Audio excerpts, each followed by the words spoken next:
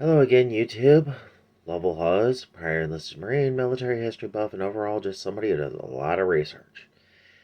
And this one is going to be a history lesson about, as I mentioned before, that I was going to do. Well, I'm going to start with Greg Boyington. His call sign is Pappy. And that's partially a little bit of what makes the man so interesting. Is while he was in command of the MF 214, the Black Sheep, he was actually the one of the older guys in there. So much so that some of those Marines that he was serving with, he was almost old enough to be their father. Well, they toyed around with a lot of old man joke nicknames for him, and eventually just Pappy stuck. So they went Pops, Dad, all these other things. Well, they Pappy. Greg Boynton was in his high school years. Was not much. He was a wrestler, but outside of that, he did want to be in military service in the Marine Corps. But he actually had avoided being too disruptive up to that point.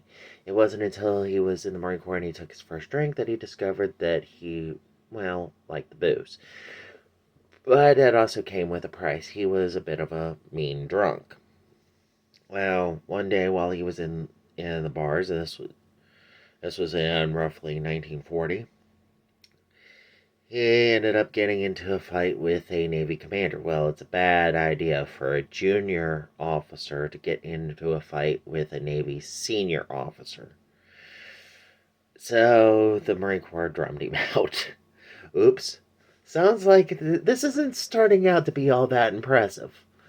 But it doesn't stop there because in 1940, surprise, surprise, the Flying Tigers were a thing, and they needed pilots who had air combat maneuver experience, which he was trained to do. He was a trained fighter pilot.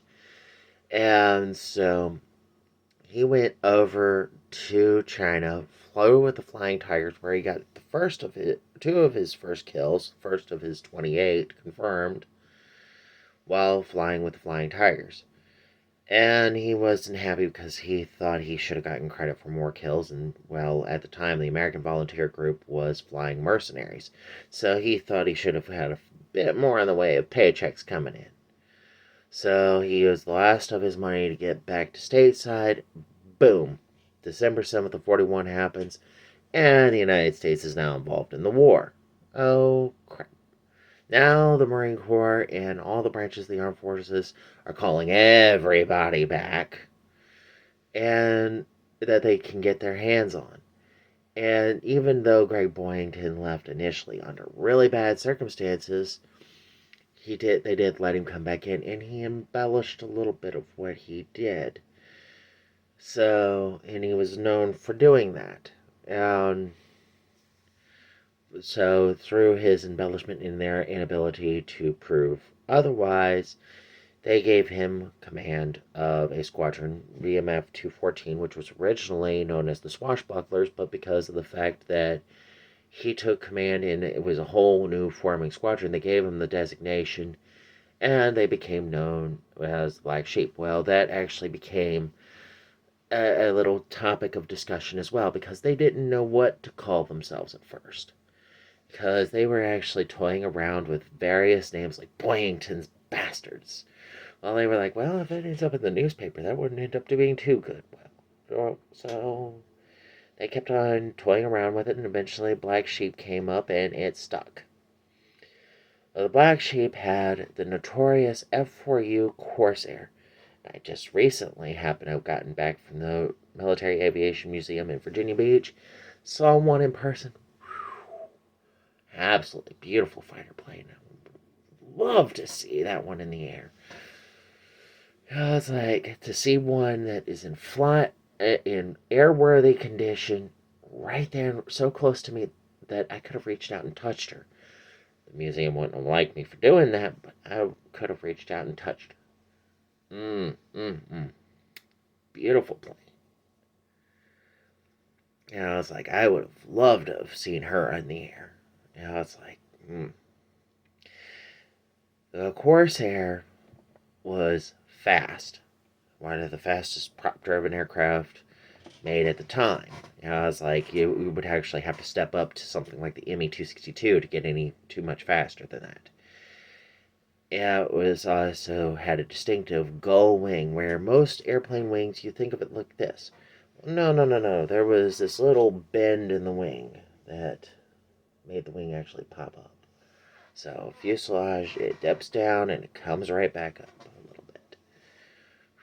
Makes the plane have this very distinctive look. It has this huge propeller. I mean, I was standing beside it. The propeller from a Corsair is taller than I am, and I'm 6'1". So massive propeller blades. Huge. And it was also powered by the notorious double wasp engine made by Pratt and Whitney. Gives it a major amount of power behind that prop. So that's what made her fast. Being a fighter, she had this huge wing, and I mean, I could probably lay on the wing and not be hanging off of it anywhere. As far as wing width, the wing length, I could definitely walk the wing, and that wouldn't have been a problem. But so that wing allowed her for very great maneuverability. And I'm referring to the plane as a her because honestly, when you see a beautiful machine like that, they remind me of the fairer sex. So it's a girl. And above all else, she has 650 calibers, and I saw them, and I was like, holy crap, 50 caliber round? That's nothing to mess around with. So she was deadly. Fast, maneuverable, deadly. And because of the fact that the Navy was having trouble getting her to land and take off safely from an aircraft carrier deck, it found a home with the Marine Corps. Well, that included, Boyington and his Black Sheep. And he spent a great deal of his time in the Solomon Islands campaign and actually was notorious for taking his Corsair along with the rest of his Black Sheep over top of a Japanese airfield, get on their radio frequencies and challenge them. Come on up and fight, he would say. And the Japanese would actually answer him back on the radio. Basically saying, okay, Boyington, we're coming up to get you today. And they would talk back to him right on the radio frequencies. And in the course of which, in that Corsair, he scored another 26 kills. Unfortunately, his Corsair was brought down after he got number 28. When he got number 28, it went down, and he found himself floating in the sea. Well, he was basically on the search and rescue at that point, and he was picked up by a Japanese submarine. Well, to quote him, when it surfaced, he saw the meatball inside of it, and he said, "The jig's up, Boyington." And that was not melodrama on his part. The Japanese were not notorious for being nice to their prisoners of war at the time. And crazy as it sounds, Tokyo Rose never mentioned it. They never heard anything about Boyington. He just kind of disappeared. So they thought for sure he was shot down and that he was lost at sea, and that was the end of it. And until at the end of the war, he happened to be among the prisoners of war that was released. And where he was one of those guys who he thrived better in a war environment. He was a great squadron commander. He was a great pilot. He was actually the Marine Corps' ace of aces, and he made the Black Sheep the best squadron the Marine Corps had.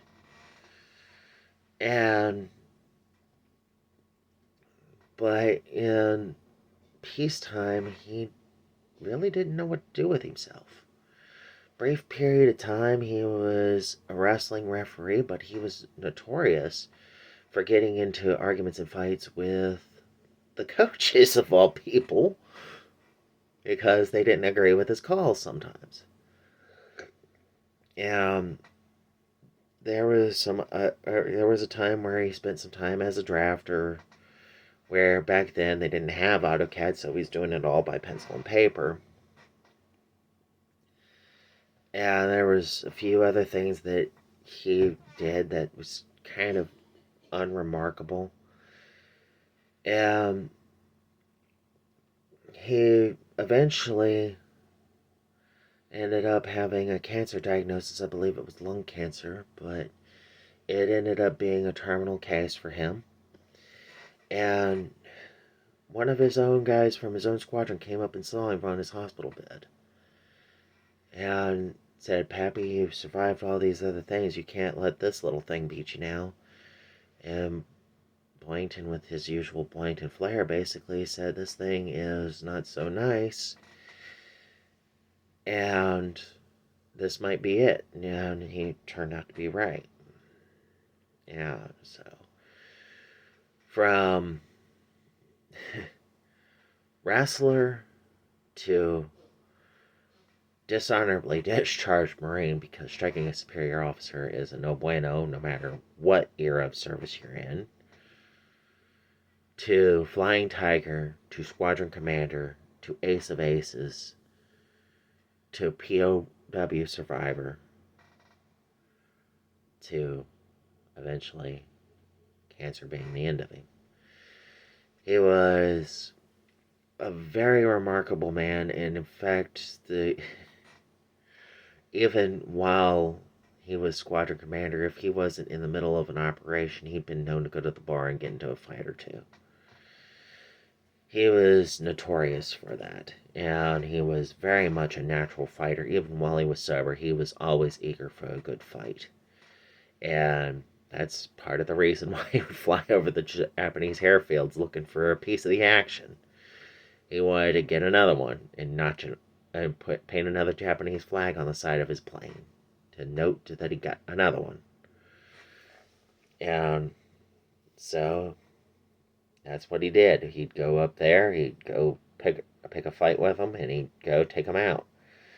And he actually was one of the ones who actually adapted Flying Tiger's philosophy, flying squad tactics, into the Corsairs, and it actually made the Corsair even more dangerous.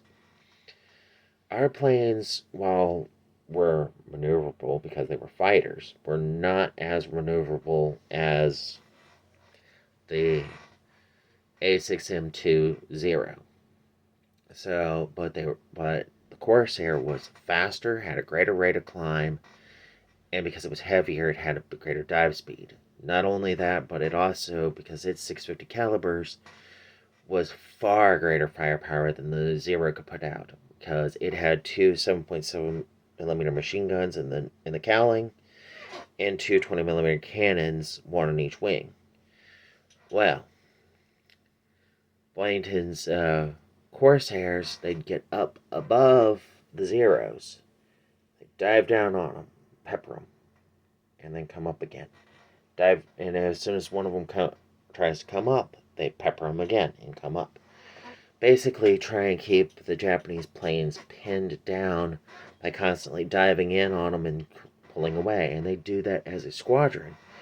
So the Japanese planes almost never had a chance to respond. And if the Japanese ever got wise and turned in one direction or another, basically made it so that way the Corsairs couldn't stay with them, what they would do is just continue the dive and pull away. And that way they could actually pick off these Japanese planes with very little in the way of losses on the American side. And it actually made the Corsair a very, very good plane for taking on the Zeros, because even one Corsair could dive in on a group of Zeros and pull away like that and come back and do it again, and it could take on as many as 4, 12, 16 Zeros. It didn't matter. As soon as the Japanese got wise and caused a problem that the Corsair couldn't get out of, it could just continue the dive and pull away, and the Zeros just couldn't catch it. So, and that was actually something that the P-40s that the Flying Tigers used would actually do consistently against Oscars, Kates, and various other Japanese planes at the time. They would dive in on them and pull up and away and climb back up and dive down again. Or if they had to break contact, they'd dive away and keep the dive going because the Japanese planes just couldn't catch them. So it worked out extremely well for the Corsairs, and it worked out well for the P-40s. It worked out exceptionally well for the Corsairs. And in both cases, both planes, the Corsair and the F-4U, had superior armor and an ability to take a much greater beating. And they also had superior firepower, so they could deal it back out with interest. So as a result, the Japanese planes found themselves outgunned, undergunned themselves because they couldn't even take out the targets they were going after. And as long as the other guy kept out of the turning fight, the Zero was just outmatched by the Corsair. And Boyington adapted that tactic from where Claire Chennault taught him how to do it. So as a result, the Black Sheep did that as a whole. And it made them quite efficient in the sky. So that was Boyington and his colorful nature. And I mean, I'm barely scratching the surface. I mean, this guy warrants a heck of a lot more research. And I guarantee you, if you like a colorful historical character, Boyington is definitely going to be your cup of tea. Especially if you don't mind if he likes to get into a little bit of trouble every now and again. But overall, he was a good man. He just, like I said, liked to get in trouble a little bit. But the next history lesson, I'm going to try and make it a little bit more about the Black Sheep themselves, because after all, one man a squadron does not make. Even after Boyington was shot down, the Black Sheep still maintained their notoriety, a lot of them producing great leaders themselves. So, that being said, I've been Level. You guys have been awesome. And I hope you have a great day.